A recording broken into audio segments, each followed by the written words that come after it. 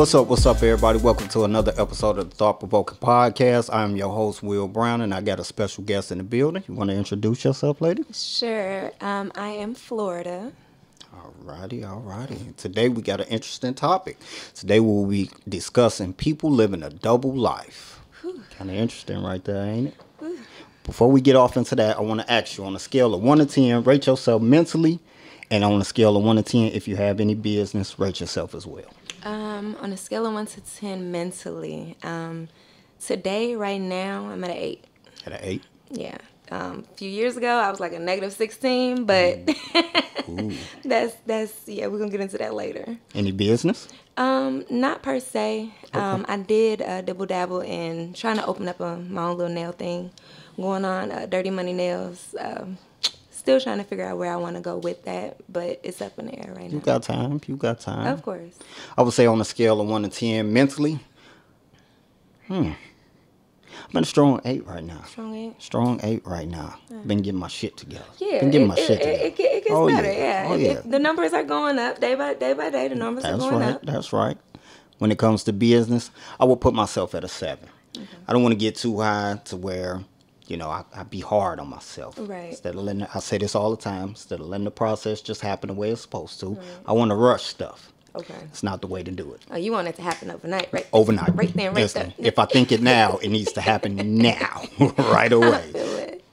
I always mix it up with people on the podcast, so I got one for you. What type of man would you prefer? Would you prefer a man who he's loving, gives you all the affection that you need, everything that you would want in a man, but he's broke? He's broke. How broke we talking? We talking like broke or like in between paychecks broke?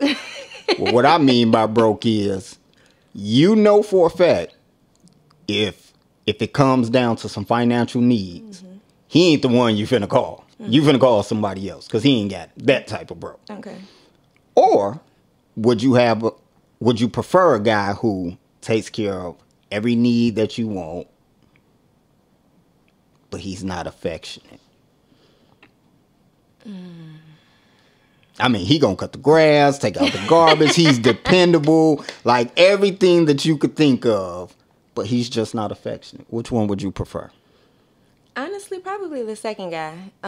Affection doesn't come easy for everybody. Talk. Affection, I mean, it doesn't. A lot of people don't know how to show affection for whatever reason. Maybe they didn't get hugged at home, when they were younger. Maybe their mama didn't tell them she loved them enough. I get that. Let me turn your mic up. I get it. I mean, I would rather be with somebody that is at least willing to try. He can mow the grass. He doesn't have to be the most loving in the world, but at least if he came to me like, hey, babe, I don't know how to, love, show appreciation, whatever the case may be, but show me. Like, I'm willing to compromise with that. That's no problem.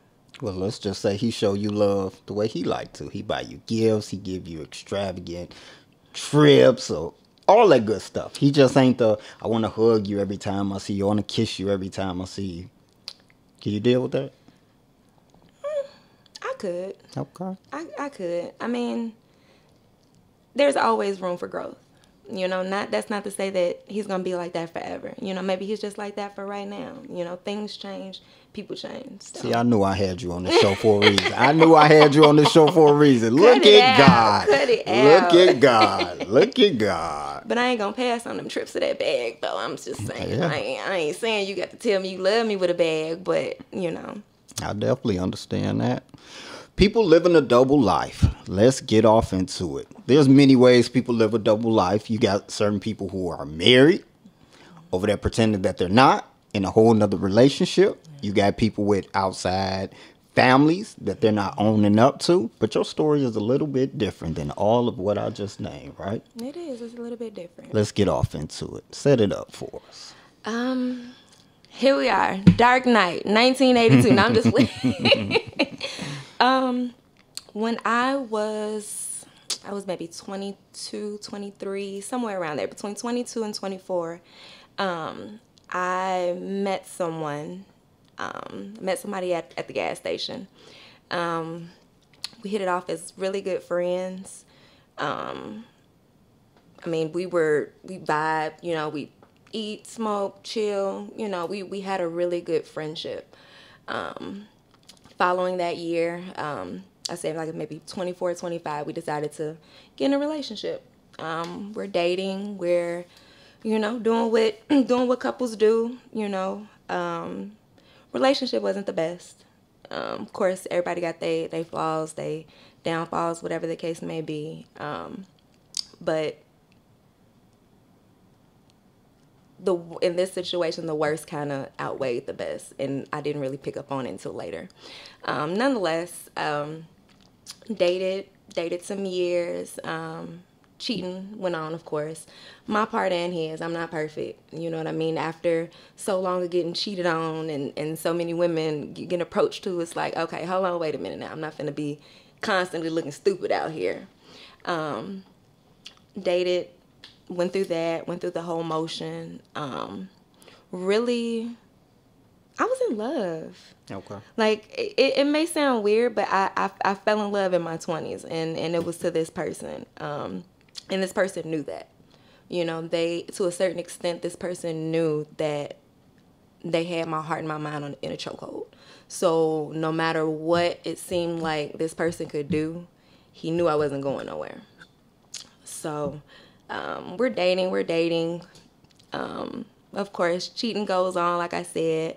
My part and his part, some type of way we managed to get back together, think we're gonna, you know, fix everything, work things out.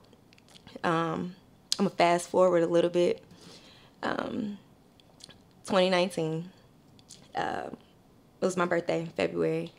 Went to Las Vegas, had an amazing time. Went out of town with this person I was dating. Had an amazing time. Didn't know what was gonna happen. He ended up proposing. I was like, oh shit, like we've been dating for like 19 years. I finally got my ring. Went out of town, went to Vegas. Proposed, came home. I came straight home planning engagement parties, booking rentals at Hidden Lake for, you know what I'm saying, the little marriage shower, whatever it's called. I'm doing all that. I want to say about, now my birthday's in February. So we go through the month of March, 2019. And now here we are, April. April of 2019, I noticed that this person caught a cold. It was really bad cold. I thought it was just a cold. Really, really bad cold. The cold got worse. We're going to the doctor. We're going back and forth to the hospital. They're telling us, you know, this person's just sick. He has to take, you know, take the medicine, upper respiratory infection, this, that, and the third. We're going along with it. This person gets sicker. It gets to the point where it started off as like a little blister, like a little cold sore or whatever on his lip. The cold sore kind of took off after that. I kind of knew something was wrong in that area once that cold sore kind of took off, because he began to have an outbreak, I'm assuming. Me being me, not really thinking about outside the box. I'm thinking maybe it's something I washed, you know what I'm saying, the pillowcases with, or maybe it's the blanket, or maybe he rubbed his head against something, whatever the case may be. It wasn't the case.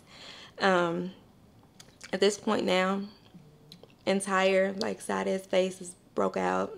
We don't know what's going on at this point. We go to the hospital. It's like the end of April now, 2019. We go to the hospital. We're in the hospital. I was working at Lowe's at the time, and I never forget, I was supposed to be working doubles that day. I was working back to back to back. I completely quit my job because I didn't know what was going on with my man. I'm engaged. It's my man now. I have to be here. I don't know what's going on. May 3rd of 2019, I went home. Got a phone call from the hospital, not him. He did call, but I missed his call. And the hospital called.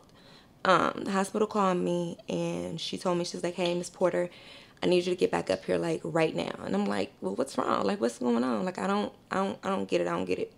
I get to the hospital, get to the floor. I'm off the elevator, and the nurse stops me like literally before I get to the room. And I'm like, what the fuck is going on? And she's like,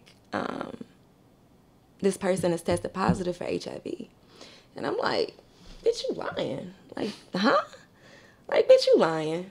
I'm like, and this may sound so stupid for me to say, but I even told her, I'm like, bitch, he ain't got nothing. I just went to the doctor. Like, I'm fine. Like, I ain't not, like, let me in here. Like, when I tell you they would not let me in the room, I went downstairs to emergency. I was greeted, unfortunately, by the infectious disease specialist they have there, and then the on-call doctor that was on call in the emergency room. They put me, I never forget, they stuck me in this little room, stuck me about 3-4 times in each arm, running panels on me to make sure that I wasn't infected.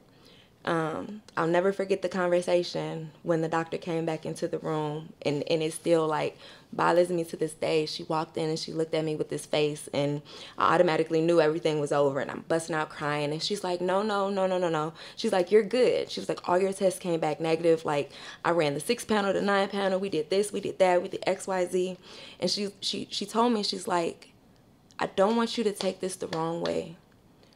But she's like, as long as you guys have been together, she's like, I'm surprised you don't have it. HIV. Yeah. I don't think I said it yet, but yeah, she was surprised that I did not have HIV. In that moment, everything slowed down. Even though I did not contract HIV, that's something I never thought in a million years that I would even have to have a conversation with somebody about. Anybody that knows me knows I'm health conscious to the T.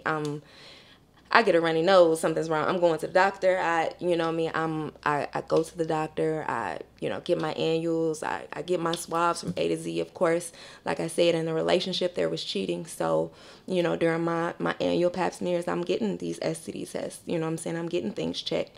And it's like, don't get me wrong.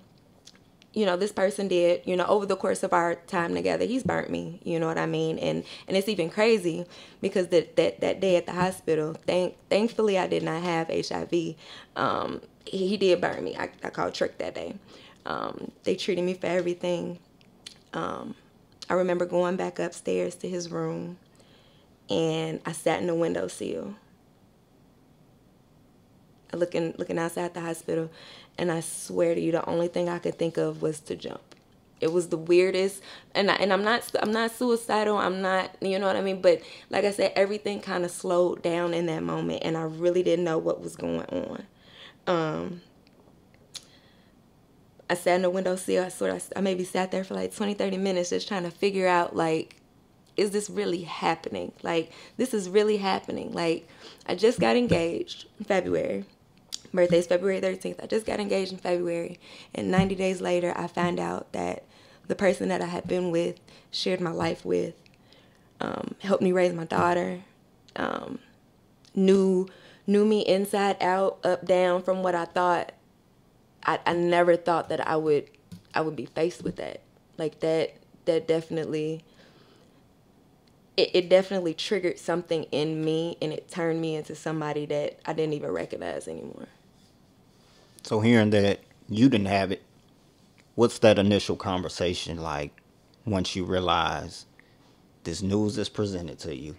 Now you understand where the sore came from, the sickness. What's that initial conversation like when you come face to face with him? Honestly, that conversation did not take place like that day. It didn't take place that week.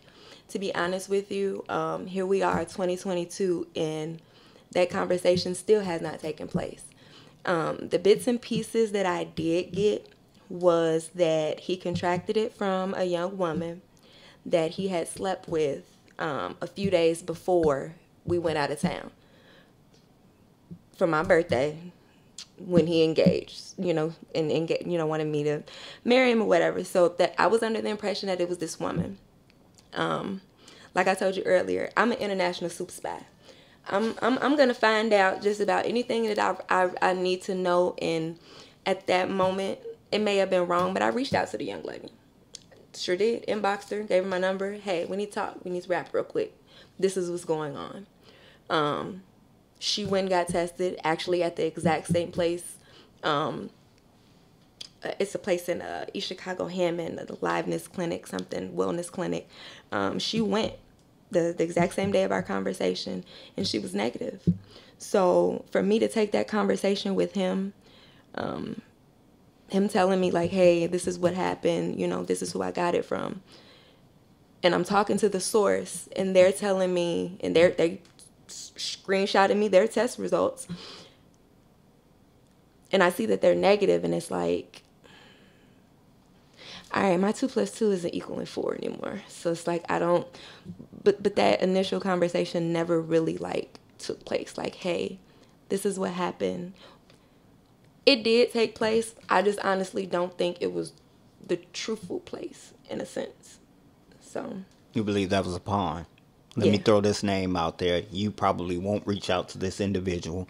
And it's a easy way for me to get this off my back and just say, yeah, it came from them. I think it was definitely a pawn because prior to this situation, him and this young lady worked together.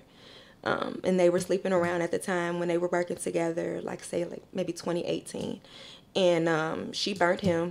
And of course, me and him are together, so he burnt me. So I already knew of the young lady. So I honestly felt in my heart that it was a pawn. And the only reason I reached out to her was because I wanted her to know, like, hey, this is the situation. He like cut and dry. Like, he's telling me that he got this from you. And she like, nah, shorty, like, give me an hour. I'll be right back. Like, she went that same day, when got tested, and came back and sent me her results. And I confronted him about it. And I'm like, hey, well, if she gave you this, technically speaking, she would still be positive. Her test results would come back positive, because a lot of people don't know that HIV can lay dormant. Mm-hmm. It can lay dormant until you, well, how did they explain it to me? It'll lay dormant until like you get a cold, and you know how your white and your red blood cells are working together to fight that cold. They're not working no more to fight that cold. And the cold is what kind of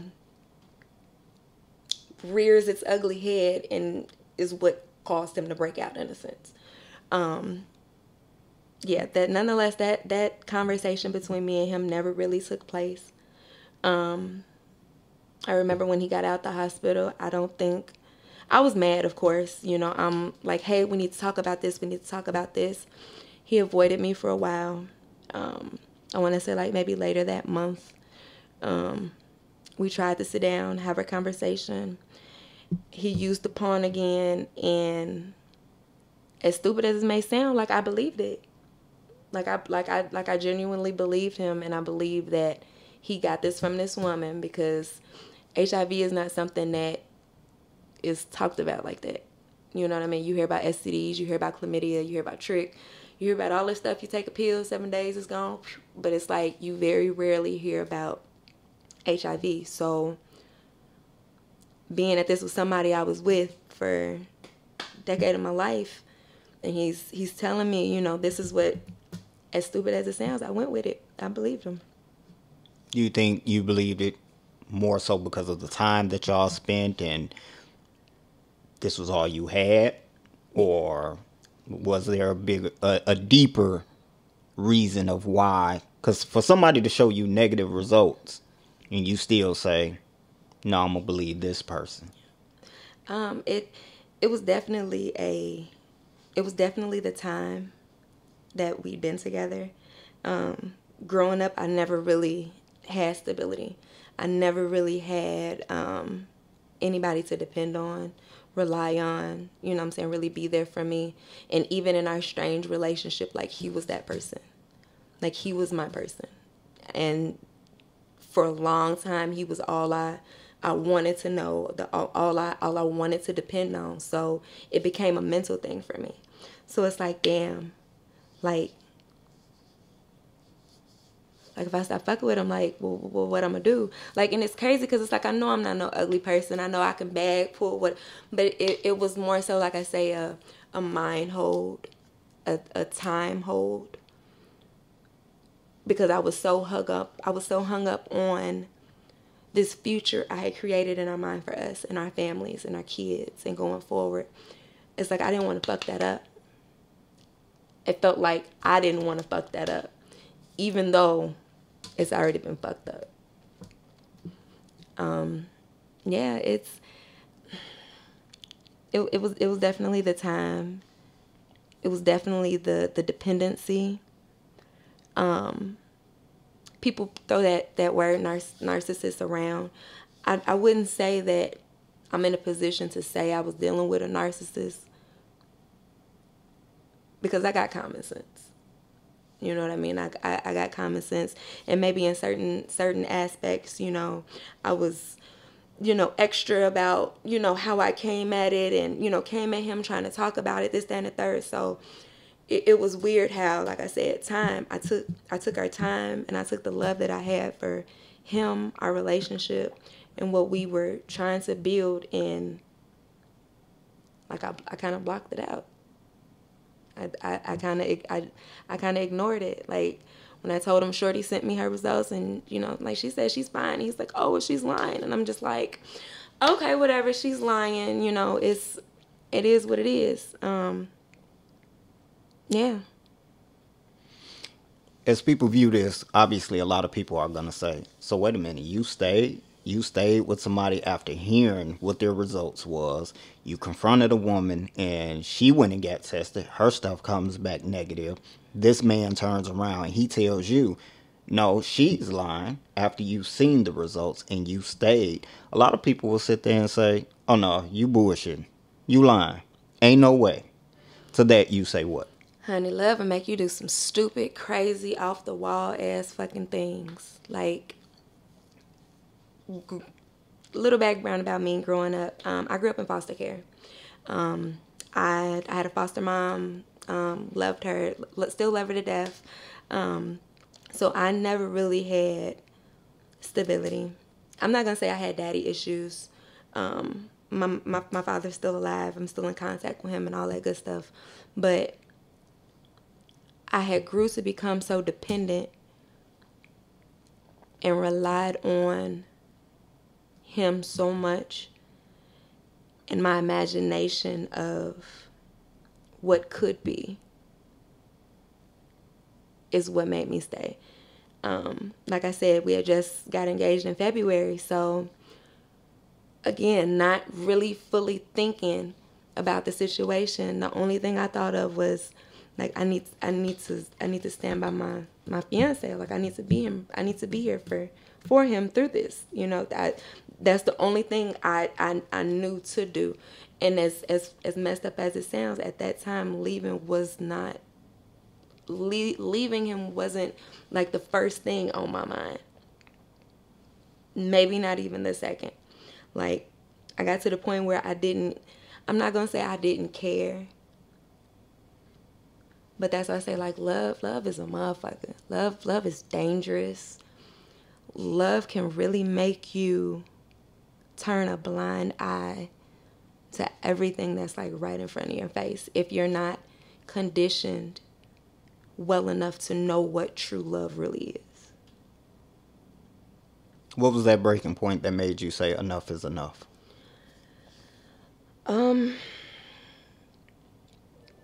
Honestly, up until about maybe 2 or 3 months ago, we were still in contact. We were still trying to reconcile. I have a 15-year-old daughter, Soraya. That's my heart. That's my everything. Shout out to your daughter. Shout out to Soraya. She came to my daughter had an issue at school. Her attitude was getting real crappy. Her grades were slipping. She had an issue where she had ran away from school. And when I got to her, found out where she was, brought her home, had a conversation with her, and I'm like, hey, like, what's up? Like, what's going on with you? And she's like, I hate seeing you always upset. I hate seeing you always sad. I hate hearing you and this person always arguing and fighting. I mean, we argued and fought like Ike and Tina. You know what I mean? Like, it got to the point where it was done in front of the kids. And that was the last thing I wanted. But my daughter saw a lot of the mental and emotional abuse that I couldn't see. And I was so wrapped up in this relationship, I didn't even notice that how it affected her. She sat down and she told me, she said, Mom, I'm not happy because you're not happy. I don't like the vibe. I don't like what's going on. First time in so many years, and she's been around this person since first, second grade. This was the first time I ever heard her say, she's like, I don't want him around us anymore. She's like, I don't want that energy around us anymore. She's like, I love you too much to see anything happen to you, whether you end up dead or in jail.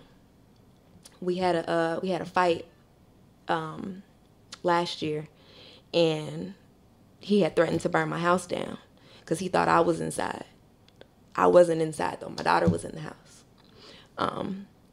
She's seen a lot of the backlash. She's seen more bad than good in that relationship. And that moment, that day she ran away and we had that heart to heart, that shit hit different. It hit different than hearing my friends telling me, oh girl, you need to leave him. Oh girl, it hit different than my mother telling me, you deserve better. You know, when you finally get tired, you'll leave. Her coming to me, telling me that, was definitely the straw that broke the camel's back. Because she's never just been like, hey, no, I just don't like him, just, off GP. And for her to come to me and be as vocal and honest and raw and uncut as she was, I couldn't do nothing but respect it. And she told me, she's like, hey, if you want me home, if you want me here with you, he has to go. He was gone. No questions asked. To actually get that out of her, it was no questions asked. Like, he had to go. At the time that you heard the information and it was given to you, did you tell anybody else? That day, I remember I told my mom. I came home, stormed through the house. My mom's like, what's wrong? And I'm like, I'm fine. I guess she heard me in my room crying.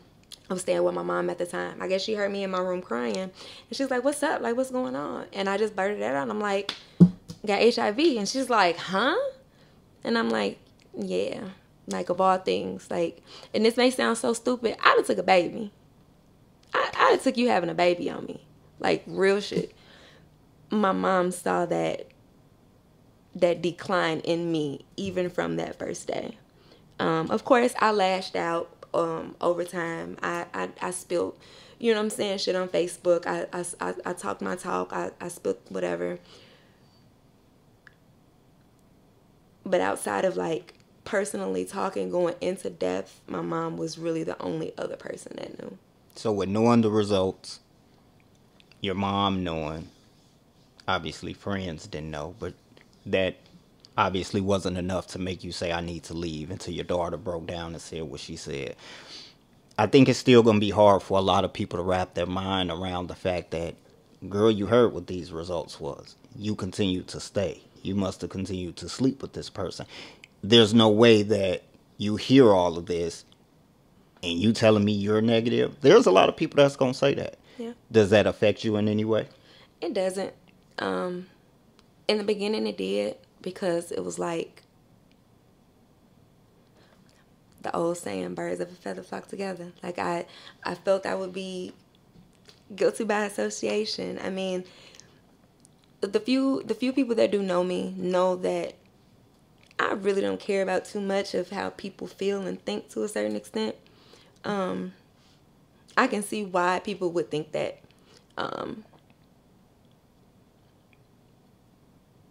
in the beginning, like I said, it didn't bother me, you know what I mean, as much as I thought it would. It didn't begin to like really like kind of hit me until I would get like random inboxes from females. Like, hey, I'm dealing with such and such, and I saw your post, so I want to know if, you know what I'm saying, you can tell me this, or let me know if you got it, and this, that, and the third. I got a lot of that. Just like I told my mom, I can care less. Like, ever since that day, May 3rd of 2019, I've been negative. I go get tested every 3 months. And that's suggested by my primary care physician because me and him worked together for so long. So I've been getting tested every 3 months since 2019. Every single one of my tests have been negative. I mean, other than me, you know what I'm saying that, and the people that know me, it's like they can take it with a grain of salt for however they want to take it. Now, this is a problem that I have with people asking you. The mentality of us. If you're going to inbox somebody off of a post and say, I'm messing with this particular individual, I seen you sit there and say, you done spilled your story. Why the fuck wouldn't you go to this man and make him show his results? Fuck asking this woman off of what she said. If this man is getting accused of it and you really want to know, who better to ask than him? Let him provide proof. Has he ever provided proof to anybody that you know of? That I know of, no. I honestly think, just based off a recent conversation that somebody came to me with, I really think that he's going with the whole, oh, she's just saying that. You know what I mean? I don't think nobody else. And it's like, now looking back on it, it was right in front of my face the whole time, and I never really paid attention to it. The decline in, you know what I'm saying, the weight, you know, he lost so much weight so quick. It didn't click to me, you know what I'm saying? And of course, the last thing I would have thought it would have been was HIV. I'm just thinking maybe nigga ain't eating good, you know, anything. But as far as, like you were saying, as far as what people would think and what they would say, at this point, I can care less. If I was, just know I'd be tearing the city up. I would be tearing the city up, trying to make sure I press charges against who gave it to me, because that's a punishable crime. You can be jailed for that for years. There's a man, like I said, in Elkhart, South Bend, something, Indiana. He's sitting in jail right now because he infected 6 women with HIV, and they did not know that he was HIV positive. And they all were able to pinpoint that back to him, and he's in jail. So, I mean, I can care less what people think. Hopefully, if they do think I am, I hope that would encourage them to go get, you know what I'm saying, go to the doctor and get tested. You know, you never, all in all, I could care less, though. Do you feel obligated to warn people about this situation? Because obviously you know that it's serious. You talked about knowing somebody getting locked up behind it. Do you feel the need to step in and stop it? In the beginning, I did not. Now, being that I tried to continue a relationship with this person, even after this got exposed in 2019, and again, another stupid moment, he still continued to cheat. Women popped up. He still continued to sleep with these women. So at this point, I felt like, yeah, now I do need to say something, because it's like, not only did you put my life in jeopardy, you're putting all these other women's lives in jeopardy, and you don't know who they go home to at night. I'm not a health official. I'm not, you know what I mean? I may not even be at liberty to be telling people. But if this person has the balls enough to know that he has this, and he's still sleeping around with these women, and he doesn't care, I hate to say it like that, why should I? If somebody asks me, I'm going to tell you, yeah. So if somebody asks, are you telling because you want people to know, Or are you really telling because you're mad? You're bitter. He cheated on you. You continued to stay. You assumed that this man was going to be your knight in shining armor and everything that you had built up in your mind of what this could possibly be. Mm-hmm. He showed you. I'm going to slap you in your face over and over and over by doing the cheating. So now you're mad. I'm upset because I didn't get the end result that I saw this being because he's out here with all these other women. So let me tell now. Right. Is that a thing for you? Is that accurate? In the beginning, it was anger and it was madness and oh my God, I just want to tell everybody, like I touched on earlier, I have a 15-year-old. I have a 15-year-old daughter. Eventually, she's going to be dating. Eventually, she's going to be having sex. Eventually, she's going to be laying down with, God forbid, I hope it doesn't happen, she make, cross paths with a young man that, might have something.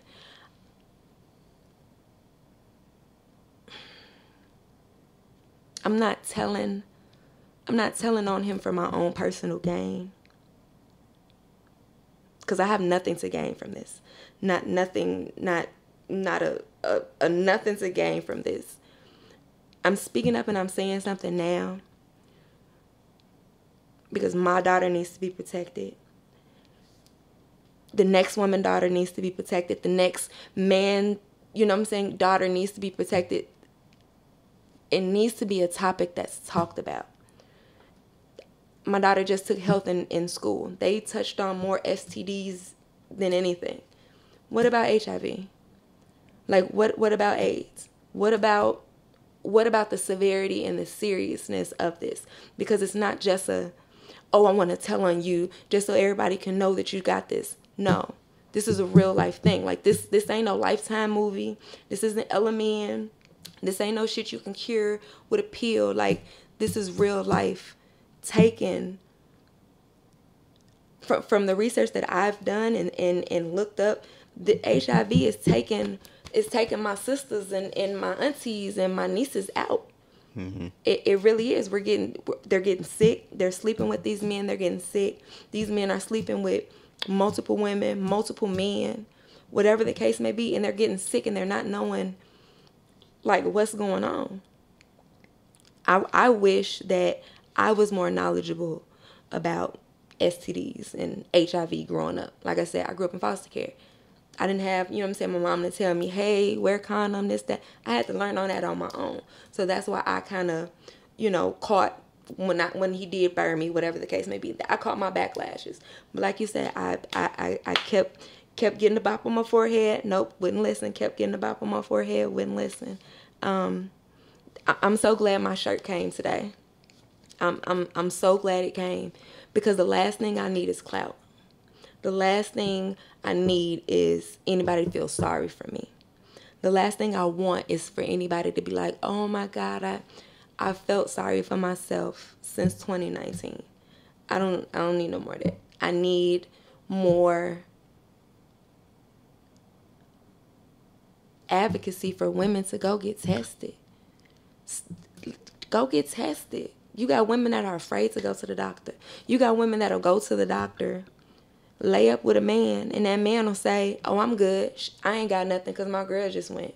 That's a lie. It's a bald-faced lie. So many men are afraid to go to the doctor for whatever reason. I don't know. I don't know if it's the Q-tip thing. I don't know what it is. Men are afraid to go to the doctor as well. Oh, that's true. And it's an issue. That's true. That's a real big issue. That's true. I never forget, speaking on that, I went to the doctor one time to get tested. And the homeboy of mine, I can't wait till he watch this just so he'll remember this fucking story. I went to the doctor to get tested. And as I'm in there waiting, he calls and he said, man, what you on? I said, oh, I'm at Planned Parenthood. I'm waiting to get tested. He said, oh, man, you got that shit?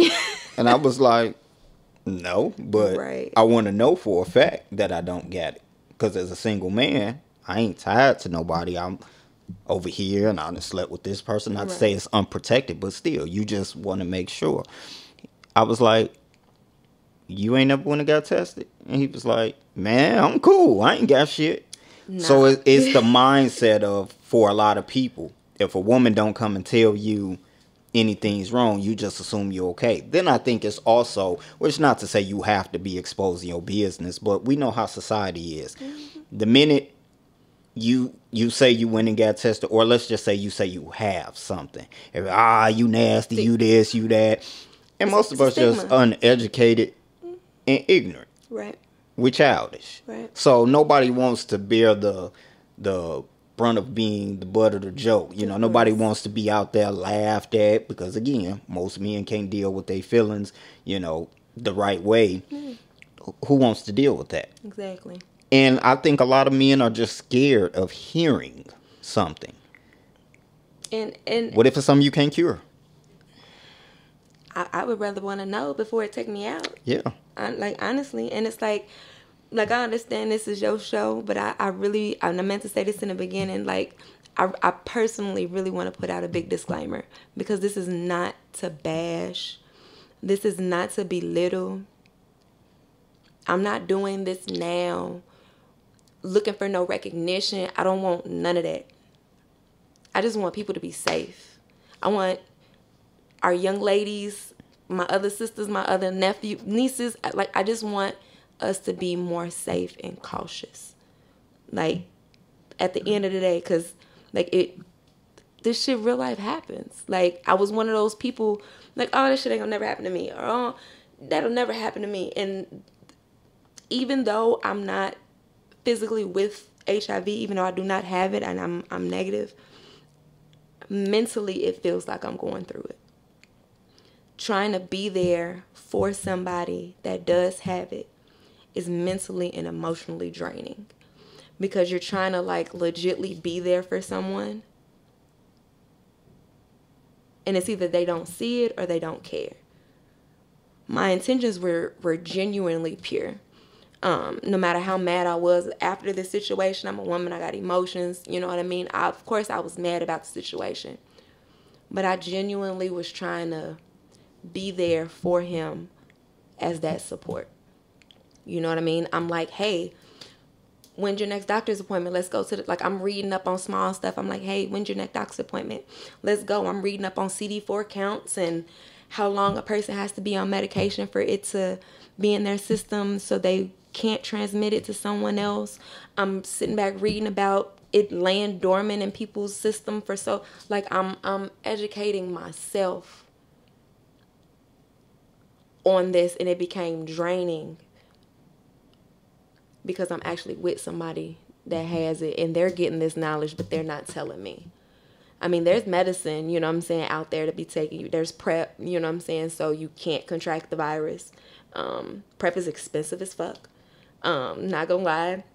At the hospital when I got tested, they actually put me on PrEP for that first 30 days as a precautionary measure.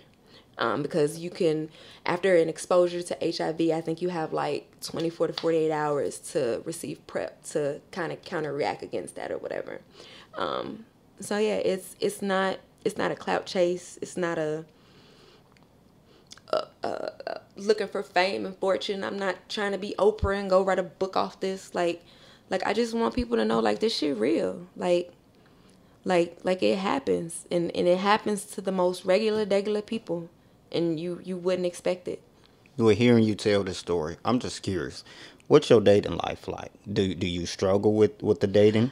And the only reason why I ask, because being a man, I would have to be real. If I saw you post something like that, or I just know your name was tied to it, if there was any interest in you before me seeing that, at the time that I see that, it's a no-go for me. Unless I was bold enough to say, hey, show me your results. Right. You know, because you can say all day long, I'm negative, I'm this, I'm that. But until I see it, I'm not the type of person that's just going to roll with it and be like, yeah, she telling the truth. No, I have to see now. Right. It's been a struggle. I wouldn't even say a struggle, because I was telling you earlier, I'm a super introvert, so I keep to myself a lot.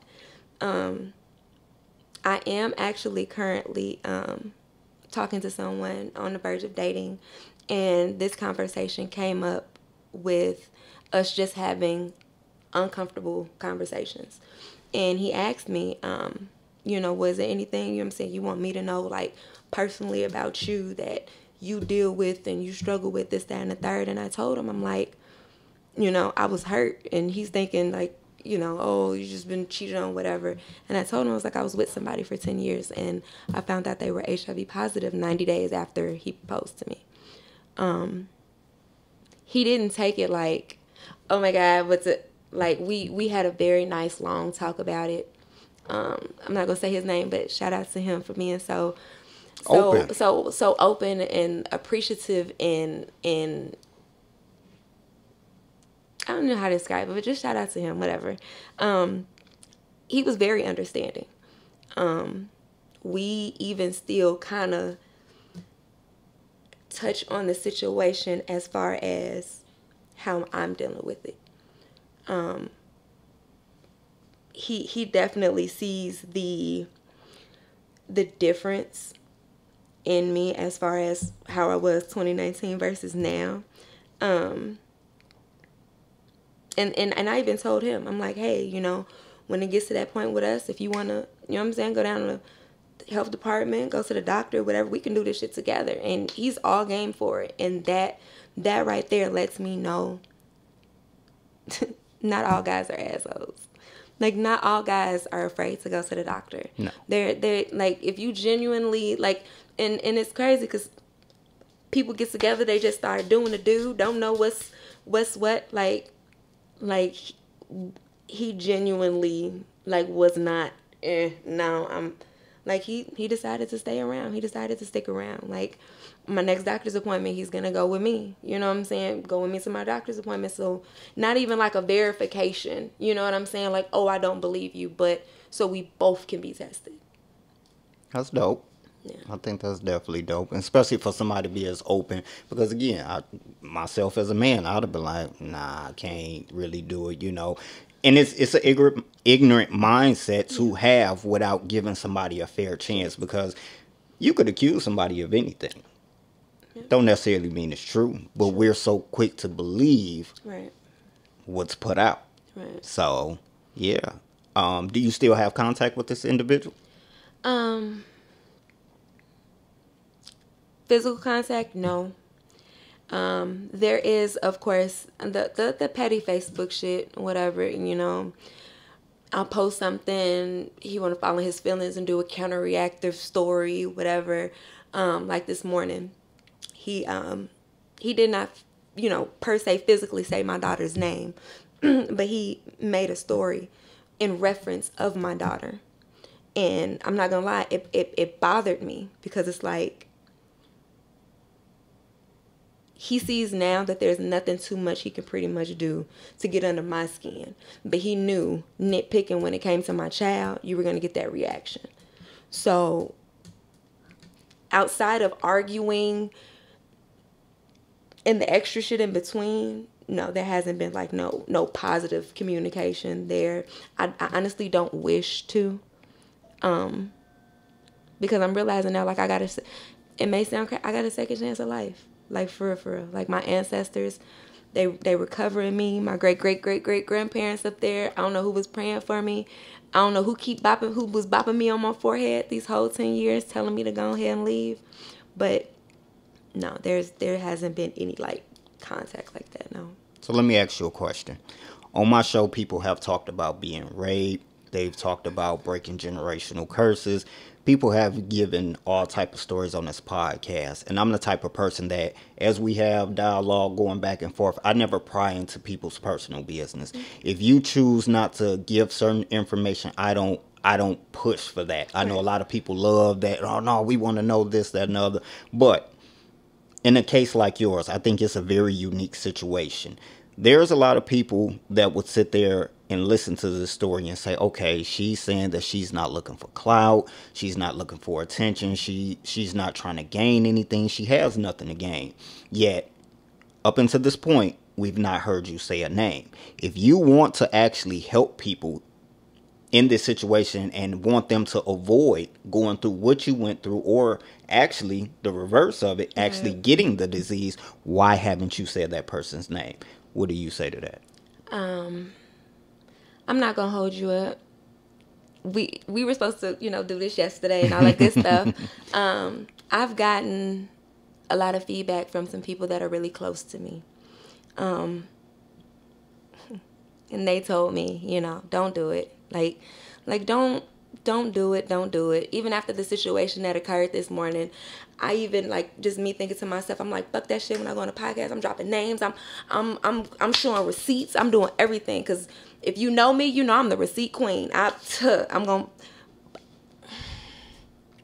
not gonna share the name because in my defense, he kind of got one up on me in a sense. I'm grown, like I told you earlier. I have a sex video, whatever.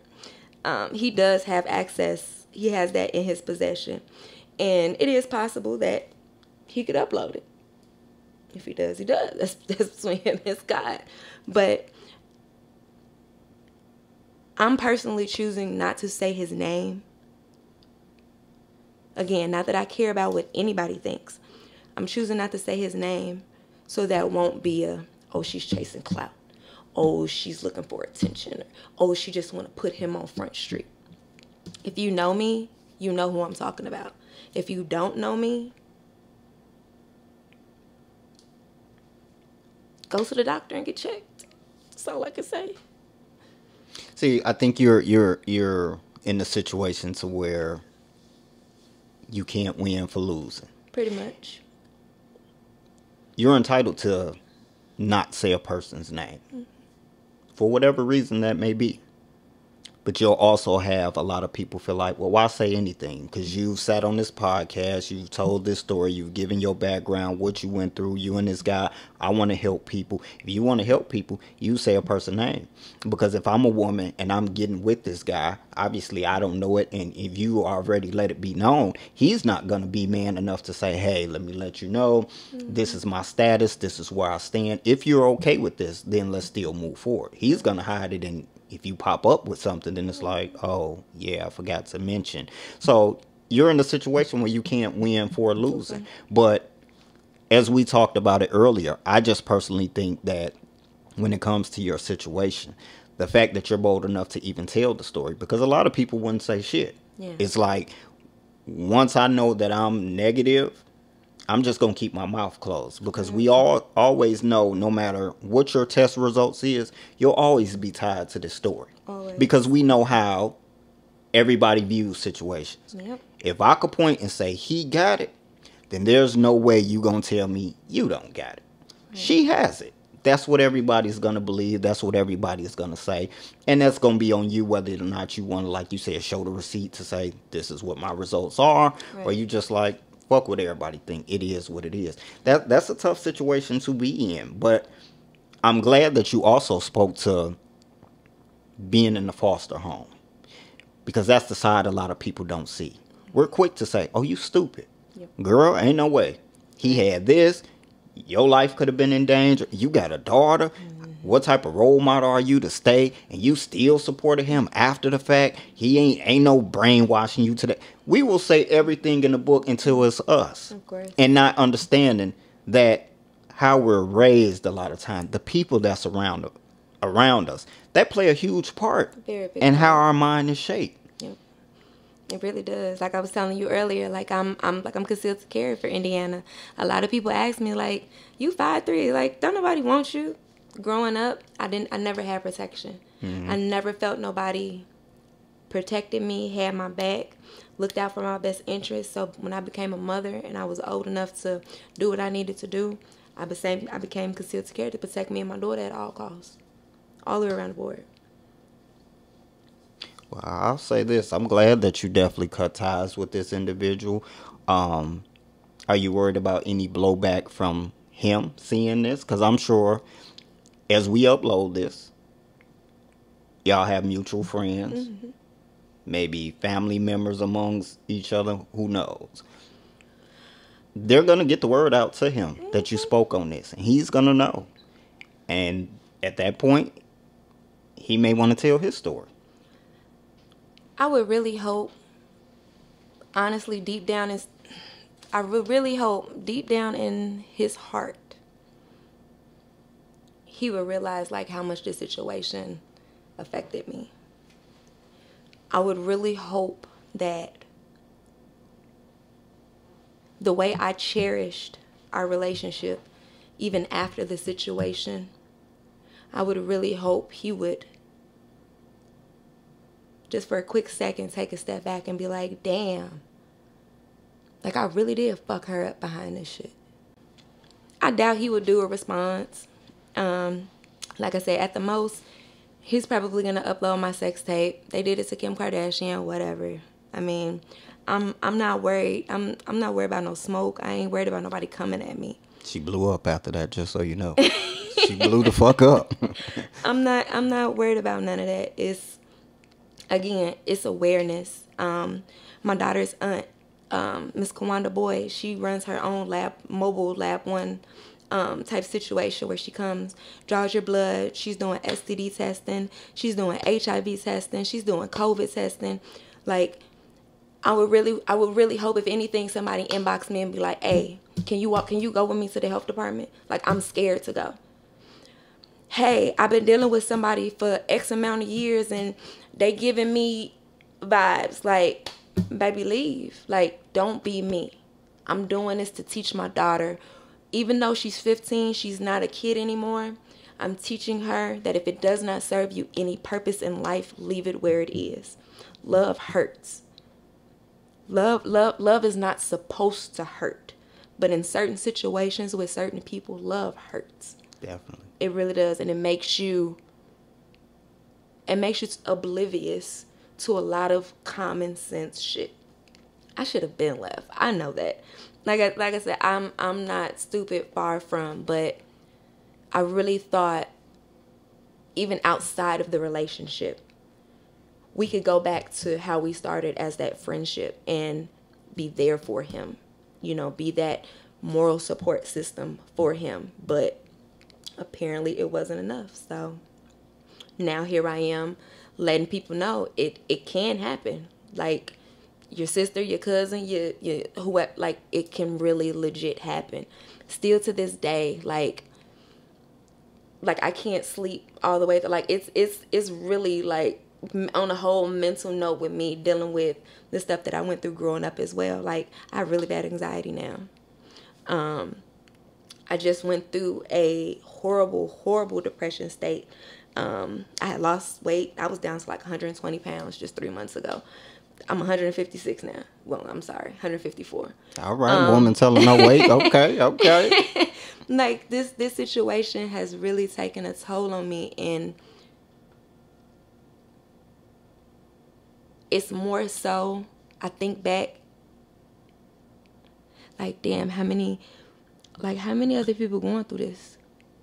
Like how many other women are laying next to a man and they have that slight doubt in their head? Like, I heard a rumor. I don't know if that rumor true, but I don't know if I should act on that rumor. I don't know if I should tell him about this rumor. Or what if I asked him to go to the doctor with me? How is he going to react? Like, I would really hope my uncomfortable conversation can become comfortable enough where couples, married people can have that conversation. And I really hope it happens, because Gary's small. Like, if I wanted to come on here and be on all that, it'd be a lot of broken homes. It'd be a lot of broken marriages. Certain areas of Glen Park would get hit. Like I could be on all that, and I'm not. I just want the awareness to be out there that it can happen to you. Everybody want to laugh at what's his name? Magic Johnson. It was a meme running around like, oh, if Magic Johnson poked his finger or something crazy. Like, everybody's so quick to make a joke. Everybody quick to make a joke about it. But what about, like, when it really happens? Like, what if your best friend is really going through this? What if your parents are going through this? Like, I was watching a movie not too long ago. This man had a cancer scare. And whole time he thought his father died of cancer and his father died of AIDS, because he had a secret life. And this man was grown, like in his good 30s, 40s. He's with his family. He's thinking his dad died of cancer, and the whole family lied to him pretty much the rest of his life. And his dad really died of AIDS. Like, these are those secrets that need to be told. Like, for real, because people health is on the line. Like, I didn't look at it like, oh, I'm going to gain this, that, and the third. I look at it like, I could have got taken away from my daughter. I wouldn't have been a mother. I wouldn't have been a sister. I wouldn't have been a cousin. I wouldn't be a friend no more. Thankfully, from like the research I've been doing, like a woman, it's hard for a woman to contract it from a man, and it is harder for a man to contract it from a woman. There's like a 1 in 25, like 1 in 2,500, like where you really see a woman contracts it from a man, or you see a man and caught it from a woman. Like, I know the whole stigma is, you know, oh, you get HIV, that means you're gay. It could be from needle sharing. It can be from having anal sex. It could be from vaginal sex. Like I said, there's that 1 in 2,500 chance that a man can't catch this from a woman. But the severity of this situation and how his outbreak was,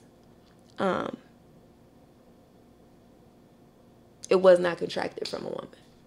So you believe he was with a man? Yeah. Like so with feeling like it was from a man, without him ever giving you that clarity on the situation, can you ever be at peace?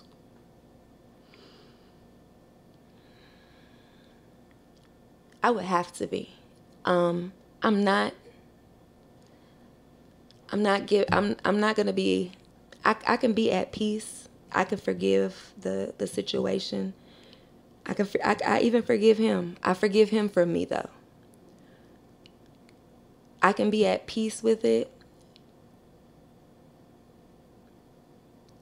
knowing that I at least helped one person. One 16, 17-year-old girl that's maybe having sex in high school. You know what I'm saying? With the older man or whatever the case may be. Like,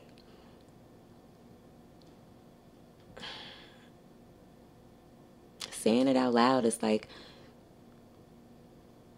it's super weird. Because even moments I thought I was at peace with it, like I said, mentally, of course, it's on every commercial now, almost on Hulu or Netflix, like Discovery for PrEP and, you know, Bix Harvey, this, that, like, you see so many of these commercials, and I can be at peace until I'm triggered. I guess that's a trigger for me. You know, when I see those type of commercials, or even slightly think about the situation. I know after today, though, this chapter of my life is definitely going to be put to rest. Because like I was telling you, I don't look at it like a story. This isn't a Cinderella, Goldilocks and the Three Bears. This is none of that. This is my testimony. This is my way to let people know, just get tested. Mm-hmm. Get tested. Like, fellas, get tested. Like, if you're going to live that life, live it. By all means, if you like it, I love it. But don't leave me in the dark, and don't try to take me from me and mine. Most definitely. I don't know. It's, like I said, it's still a surreal. Heavy. It's still heavy, even after all these years. Because like I said, this is my first time really speaking on it. Like, I made a TikTok or whatever. That kind of hit, but I didn't go into deep detail like this, or whatever the case may be. Yeah. Well, we appreciate it on the Thought Provoker Podcast. The best place to tell your story, right here on this channel, right here. I swear, like even the way after the situation, like, to find out certain things, like how you asked, like, do I believe it? Like, he got it from a man. I do. Like I said, I'm an international super spy. Your phone and your tablet gonna tell on you before anything. Like, straight up. There was locations that I found out in Alsip at a hotel that she was running, I guess, tricks through or whatever. He was at this specific hotel in Alsip. I had a conversation with a very close friend of his. I had a 3-hour conversation with somebody that's a very close friend of his, and they told me some things that was done between them two, and thoughts that she had of him, and a specific name had dropped. So it kind of took me back. Those who know me and the person that reached out to me, if you see this, I'm being completely respectful. I'm not on that. Like I could ruffle a lot of feathers, but it's like I'm not on that. I just want people to be more aware. I want them to be more vigilant. I want them to be more protective of themselves and their body, because I guarantee I cherish my body more now than I ever did. Like growing up, they tell little girls your body is your temple. I tell my daughter that every day, your body is your temple. At 34, I think I understand fully what that means now. Yeah, most definitely. Anything you want to add to the story?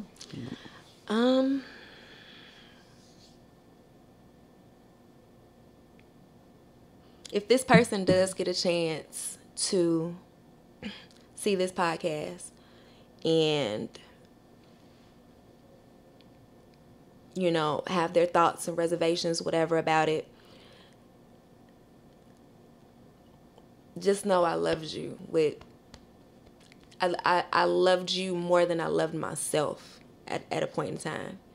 And I don't hate you. Hate is such a strong word. And I know a lot of people think I'm mean and I'm a bitch and I can come off like, but that's not me. Like, I don't hate you. I forgive you. I don't forgive the situation, but I have to be able to forgive you for me so I can move on. And I hope that you do better. Like I hope you do better in life. I hope you let people know, because if it was me with it, like I said, I'd be turning up the city. I'd be doing advocate walks. I'd be doing drives. I'd be trying to figure out, you know what I mean? I'd be really trying to let the community know this happens. Like, this is real. The health department on it, like, this is real. Get tested. It's a stick. It's a finger stick. You get your results in 2-3 minutes. Like, it doesn't take the time. Them 2-3 minutes is not nothing compared to your life being taken away from you, damn near, because this shit could take you out, like at any level. I just hope that he's more aware. I hope that somewhere in that body he grows up and realizes like this not cool to be playing with people's health like that. Like, it's not. Like I said, I ain't looking for no clout. I don't want no fame. I just want people to know, like, this is real life shit. Like, this ain't no Element. This ain't no Lifetime movie. This ain't Netflix. This ain't Hulu. This is real life, regular, like, and it happened. And I was one of those ones that I always think, that should never happen to me. That should have never happened to me. And the most of the most happened to me, and I least expected it. That was powerful. But those are the thoughts and ideas of you, not the thought-provoking podcast, because I would tear it the fuck up. God damn it. If I question this shit and you don't feel the need to give me the truth, right, that closure moment, I'm tearing it the fuck up. I'm sorry. But you're a better person than me. Yeah. Oh, Lord, I couldn't even. I done felt my temperature rise over here, and I ain't even a part of the situation. I done felt my temperature rise, boy. I mean, but in all fairness, too, he has a side of a story that he may want to tell. Not necessarily on the Thought Provoking podcast, but he has a story, too. People are going to question the validity of the story. Did this really happen? Did it take place the way you said it? Are you just putting this out there because you're mad, angry, bitter, all of that kind of stuff? At the end of the day, you know why you told your story. You know why you were bold enough to come forward and tell what you told. Those that are close to you, I'm sure, know the situation. Like you said, there's people that's involved that they shared private information that helped you with your situation. I'm glad that your results was negative as well. And for you to openly tell this story, you didn't have to. Again, a lot of people would just shut the hell up. Like, I'm negative. I don't even, because again, you will forever be tied to this story. No matter what you say, no matter what you do. You can show people results to say, I'm negative. doesn't make a difference. They're still going to always have those questions and thoughts. And it's crazy. Like you said, I can show people my results to show that I'm negative. I can show people my chart from 2017, and they'll still think, like I said, the shit gets deeper. Like, it's not even, like, I'm not even on that. Like, I need a part 2 is what you're saying. Like, I need a part 2. Okay. We gonna see how the effectiveness of this works. So it might Most have definitely. to, but no, like, I'm not on that. Like, if I wanted to upload, like I say, I'm an international super spy. If you need to know anything, let me know. I can find it out for you. I have everything. Like, I would hope he would be honest. You know what I mean? I would hope that whoever he's dealing with now, whether it be a fly by night, whatever, I would hope that he would be honest, because that's his duty. Like, he had to sign a paper saying, now that you have this, you have to tell your partner that you are HIV positive. Like, they make you sign that paper. Mm-hmm. I would just hope that I would just hope that he let. I hope he let people know. He didn't let me know. The hospital had to tell me, but hey. I definitely appreciate you coming on, sharing your story. Definitely powerful. I'm curious to see what people think. Leave us some comments. Oh, yeah. I definitely want to see. I want to give a couple shout outs. Please don't, and you're not gonna hurt my feelings. I have a ruthless 15-year-old. Okay, after going through this, not too much things can hurt my feelings nowadays. So I'm not too much bothered. But I would just hope it's taken in a positive light, in a positive aspect. I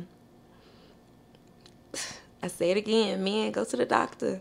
Ladies, go to the doctor. Don't believe that nigga if he say he good just because you ain't got nothing. Like this shit lays dormant. This shit can lay dormant for years in a person's system. And when it rears its ugly head and they have that outbreak like this person had, you know, hopefully somebody hear me. Hopefully somebody that knows me knows, like, genuinely why I did this. Like, for real. Clout is the last thing. I don't need nobody. I don't want none of that. I'm cool. I just want y'all to go to the doctor. Like I said, Lab 1, 53rd in Broadway. Come get your blood test. You know, we come stick you up real quick, like get you in out the door. But it needed to be said. It needed to be out there. Like I said, it's not a story. I consider this my testimony, because I didn't have to be so fortunate. I didn't have to be lucky enough to walk away with it. But the mental and emotional strain is just as heavy. It feels like, to me, as having it, in a sense. I want to give a shout out to my boy Denzel Smith with his his play, Heavy. You could go to his page, Denzel Smith, hit that Eventbrite, get your tickets right now. It's going to be a dope event. I want to definitely shout out my girl Devin Wright for these lovely candles. She not only support the podcast, but she know the vibe. These are dope right here. So y'all make sure y'all go to her page as well. Get y'all some candles. Yeah, this was a heavy conversation right here, and I'm curious to see what people gonna take from it. Those that want to support the podcast, you can hit the Cashapp, Thought Provoking 88. Support if you choose to. It's highly appreciated. Until next time, this has been the Thought Provoking Podcast. We out.